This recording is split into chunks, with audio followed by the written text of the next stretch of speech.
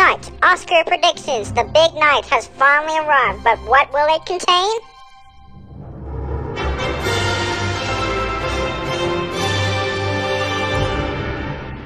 Also tonight, the fate of Outfit7 Productions, what TB501 Productions will do at the end of this episode to the controversial company. The dirty little secret has been leaked, a Talking News exclusive about the resignation of Hope Hicks. And the end of the road for our mild temperatures is imminent. I'll have your full forecast in a little bit.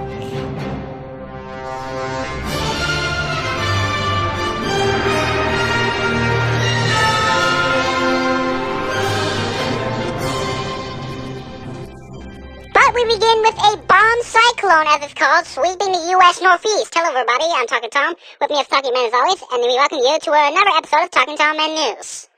Around 2 million customers are without power, and 9 people have been killed as a major system sweeps across the U.S. Northeast.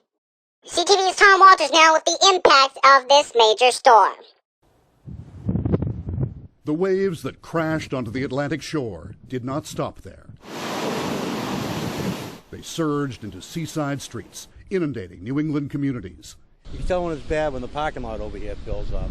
On a flooded peninsula called Howe's Neck, families had to be rescued, some by the National Guard, their belongings left behind. We're lucky. It's just things that will get lost. From Maine to the Carolinas, this grinding nor'easter has brought chaos and heartbreak. Several states have declared it an emergency, including Massachusetts, where in Boston there was water and in Watertown there was wind, leaving this tangle of downed power lines that is now just one snapshot of the reason hundreds of thousands are in the dark tonight. In Washington, falling trees damaged homes and crushed cars, and across the region they have taken the greatest human toll. Among the victims, 6-year-old Anthony Hamilton, killed when a tree fell where he slept, on the top of a bunk bed. Minneapolis, canceled and canceled. And it's not easy to get away from it.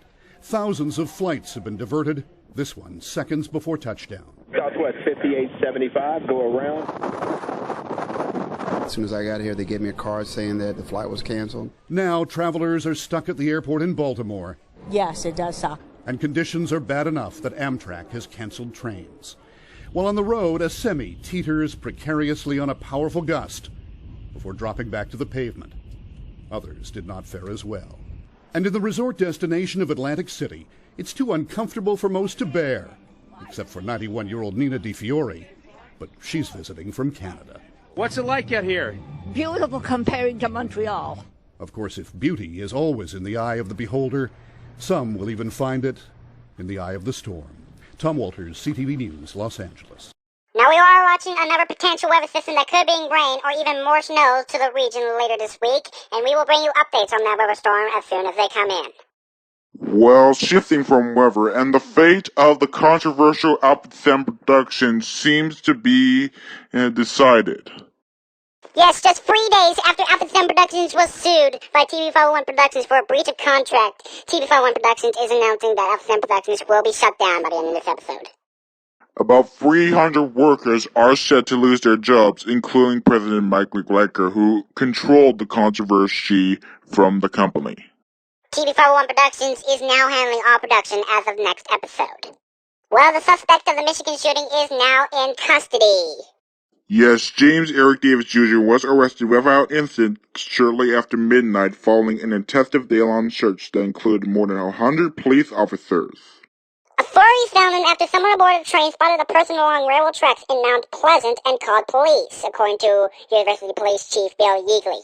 Davis Jr. had been acting suspiciously before the shooting took place. Hey guys, Talking City here. It's now time for your first look at Talking City's weather forecast. Well, we are watching the plunge, a expected cool down of our temperatures at the end of this week. It's in large part to a jet stream expected to collide with an Arctic air front that will bring temperatures down to well below normal. I'll have that plus a folk forecast including the next chance of snow in a little bit. Thank you, Talking Ginger. After the break, tricked into telling a white lie. We have gone completely off the rails. Why Miss Hicks had been considering leaving for several months. Plus, Canada is prepared to react. Bill Norno speaks to CTV's question period about the growing concern of Trump's steel tariffs.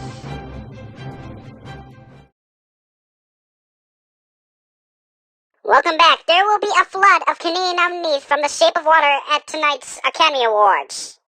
The film, which was shot in Hamilton and Toronto, is nominated for a leading 13 Oscars.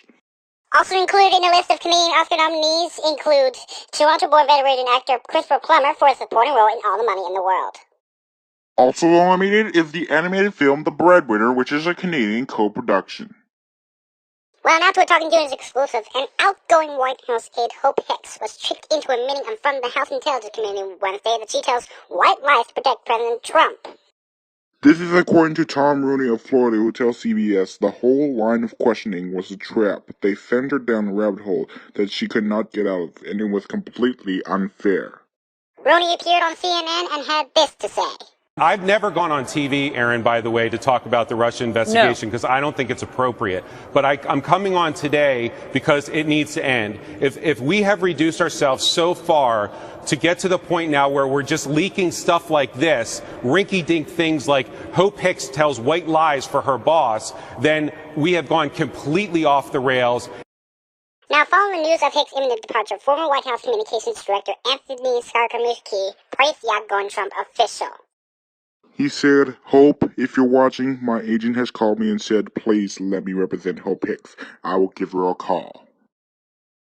Well, after U.S. President Donald Trump announced a proposal to slap hefty tariffs on steel and aluminum imports, Finance Minister Bill Menor says Canada is ready to retaliate if necessary.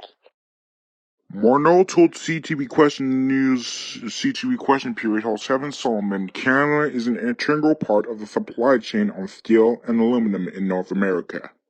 Trump announced the proposed tariffs on Thursday, outlining a 25% tariff on imported steel and a 10% tariff on imported aluminum. Hey folks, Talking Ginger here. It's now time for Talking Steve's most accurate forecast. So for tonight, we'll be seeing clear skies with a low of 4, and tomorrow we'll be seeing a mix of sun cloud with a high of 14. For tomorrow night, we'll be seeing clear skies again with a low of 5, and for Tuesday, we'll be seeing a mix of sun cloud again with a high of 13. But the real focus on this weather forecast is the plunge, which is expected to take place at the end of the week with dropping temperatures. Anyways, that's your forecast, Talking City. Now back to you. Alright, thank you, Talking City. Before we go for tonight, we forgot to mention that these are new graphics that TB501 Productions has prepared for us for this episode. They will be our graphics for the rest of Season 8, but there's no word yet on whether Season 9 will retain these graphics. And that is our program for this evening. Remember, you can stay updated on the latest news at TalkingNews.com. For all the staff here at the Talking TV News Studio, good night.